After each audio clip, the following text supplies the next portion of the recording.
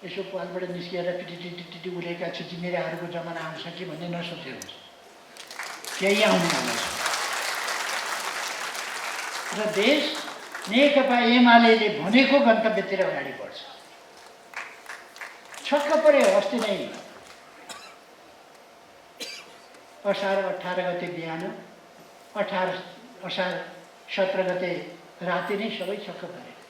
सिद्ध्याउँछौँ भनेको एमाले, सिद्ध्याउँछौँ भनेको केपी ओली, प्रधानमन्त्री पो हुने भयो। के भयो?